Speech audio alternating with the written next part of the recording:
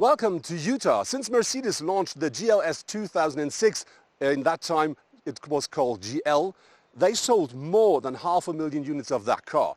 Now they present the brand new version. They say this is the S-Class in the SUV segment. But how much S-Class will this car deliver and how much SUV will be left?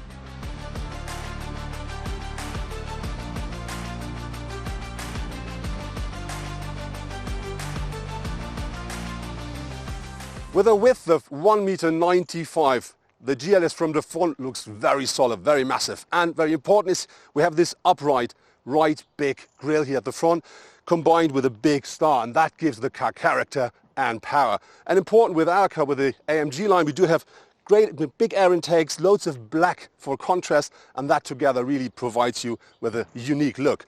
Very important is the GLS always comes as standard with multi-beam LED headlamps.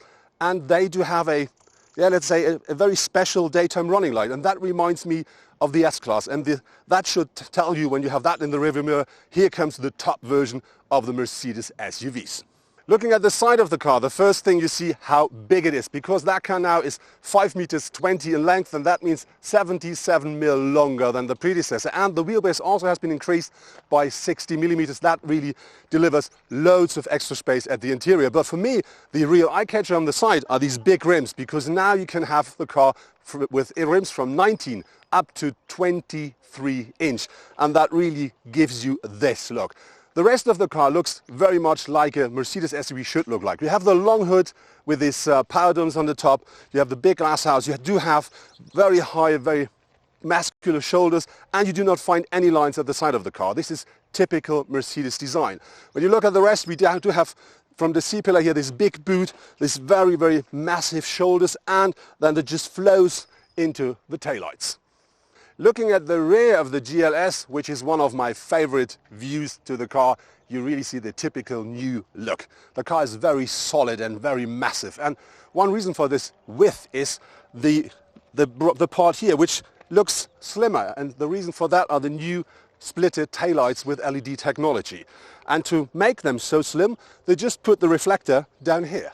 And one thing which is important when you look at the rear of the car, you see the top of the car, and then you'd see these massive shoulders here, and then you have the claddings over the wheel arches, and that together really gives you this powerful back of the car. And normally you do have an underride protection down here, but because we drive the AMG line, you do find a diffuser.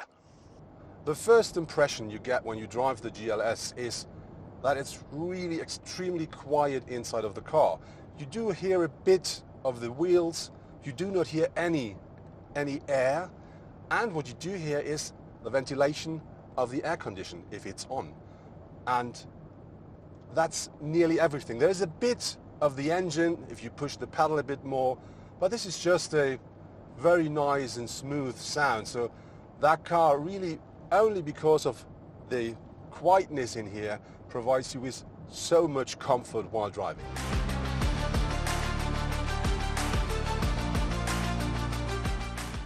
There is one diesel engine available for the new GLS in two different versions. One delivers 286 horsepower, the other one 330. And there is the big V8 4-litre engine which we are driving available. This is a petrol, and that delivers 489 horsepower, 700 newton meters of maximum torque, and it features EQ boost, which means you can have, if needed, another 22 horsepower from the electric engine combined with up to 250 newton meters of extra torque, and that really gives the car the kick you want.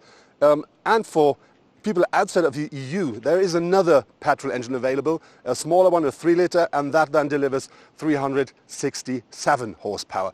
Very important with the GLS, they all come with a 9G-tronic automatic gearbox, and they all deliver, of course, all-wheel drive.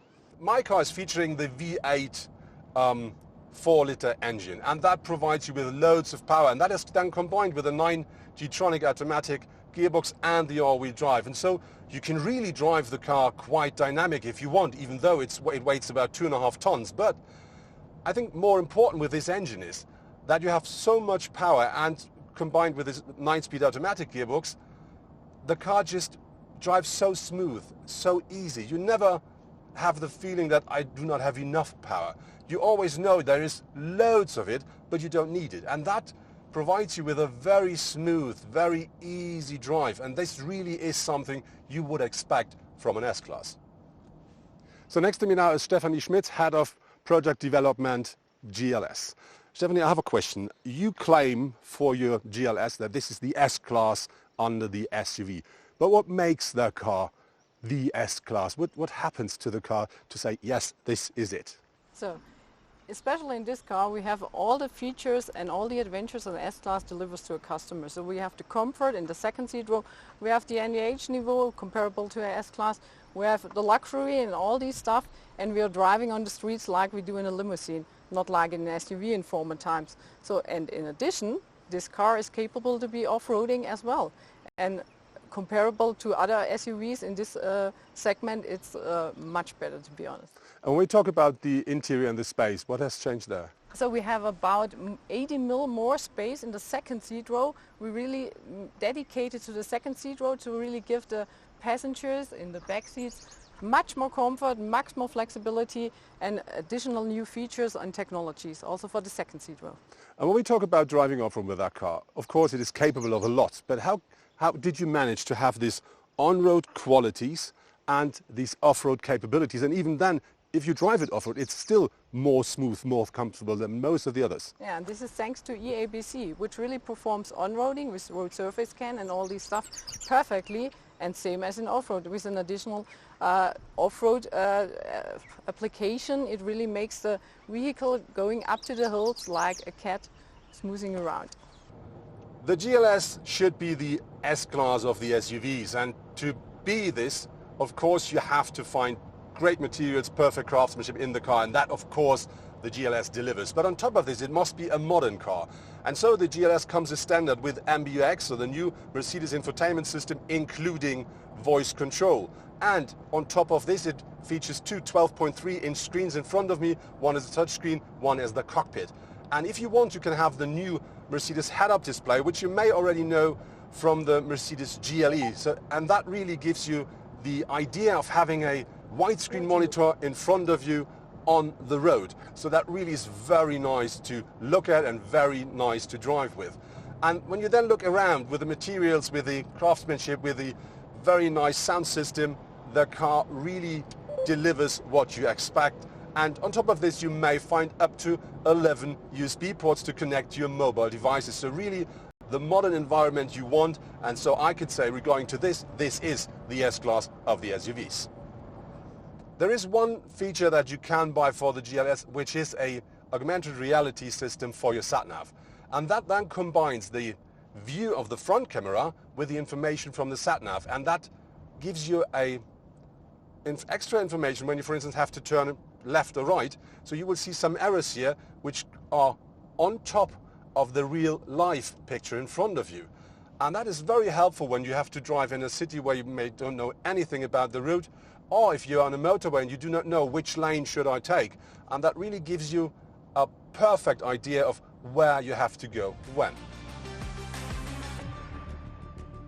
Of course, Mercedes offers plenty of state-of-the-art assistant and safety systems for its flagship SUV. And so it includes an active brake assist and an active lane keeping assist, as well as a rear view camera as standards. However, the list of optional extras is endless. But in any case, I would absolutely recommend the Driver Assistant Package Plus. It enables partially automated driving and so provides significantly more comfort and safety.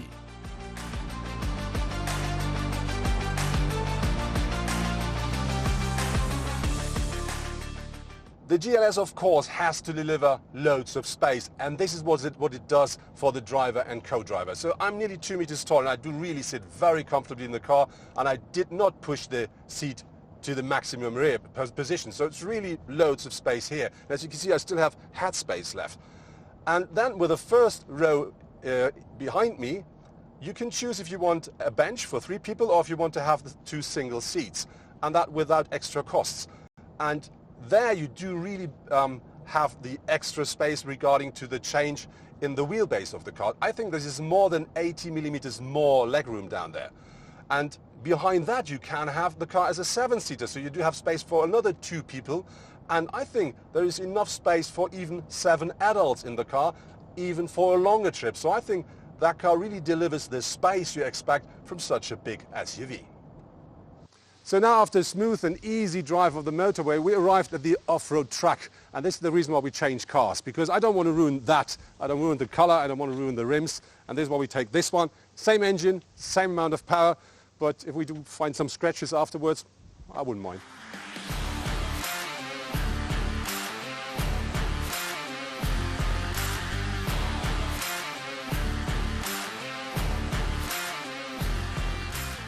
So next to me now is Rüdiger Rutz, head of testing SUVs. Rudy, that's what I'd have to say to you. Rudy, I have a question. The new GLS really delivers a lot on and off-road. It's very comfortable on-road, but extremely here as well when we drive off-road. And one reason for that is e-active body control for sure. And I think this active suspension does have quite a history when we talk about Daimler. Yes, it has. It started last century with some research themes there, and even our former boss, Dieter Setscher, did his PhD thesis on this theme. So, and as all knew, our S-Class, the 220, had the first active body control system. I think this was 1998 when it came to the market. And this is the second generation here of our active body control system, driven by 4 independent electric actuators, and it's even better than the old one. And as you see, we're really in an off-road track, because that was a motorcycle which just interrupted us during the interview. But I have a question regarding to the technology behind it. So I know that this car really does give me a feeling of a surface which is quite clean, but how does it work technically? The system uses many sensors like accelerations, the steering angles, the speed of the car, and also uses the camera in front.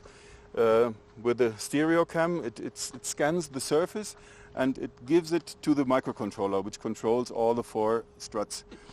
And in this way it tries to keep the body of the car steady all the time. And so and that means for me, when you drive on a surface like this really feels a bit like being on a magic carpet, so you really do not feel most of the surface. But when we talk about driving off-road with that car, we do have some extras there, some benefits there as well. Yeah, because this system is able to control all the 4 tire loads independently, and it spreads them in a way that the traction of the car is still there. This is essential in off-road to get further. Yeah. And as you see, normally you wouldn't go off-road, and we will go, and we already did, really rocky grounds. And I can tell you, the GLS delivers a lot more than I expect from such a luxury car. When I have to drive a big car like the GLS, which is so heavy and which runs on these big rims, I do not normally expect something like a more indirect drive. And this is absolutely not what the GLS delivers. So you really have the car under perfect control, and it does not feel like driving such a big car. It always feels lighter, more agile. And this is really something I like a lot with the GLS. So driving that car always provides you with the impression of having the car under perfect control. So now I've been off-road with the GLS, and as you can see, some, I think, important figures. The car features up to 30 centimeters of ground clearance. We do, of course, have all-wheel drive, and we do have a wading depth of up to 60 centimeters, which just helped me with this small river here. And important is I drove here on gravel grounds, on loose grounds, sand, grass, stony grounds, uphill, downhill, and I have to say overall that car here off-road really delivers a lot more than I ever expected from such a luxury car. With an entrance price of about 85,000 euros, the Mercedes GLS is for sure not a bargain. But that's not unusual in the big luxury SUV category. So probably the most important competitor, the BMW X7, costs from about 84,000 euros.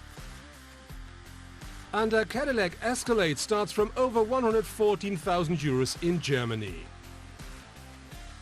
But to be fair, it must be mentioned that both the Mercedes and the BMW start as a 3-liter diesel, while the American competitor has a 6.2-liter V8 on board. All seats of the GLS, by the way, can be easily folded down electrically. And so the SUV provides between 355 and 2,400 liters of loading capacity. That's almost 300 liters more than the BMW X7 offers with its maximum of 2,120 liters. An initially strange sounding but practical feature is the standard car wash mode. Here the suspension moves to the highest position to reduce the track width of the GLS. In addition, the mirrors are folded, the rain sensor is deactivated, and of course all windows will be closed.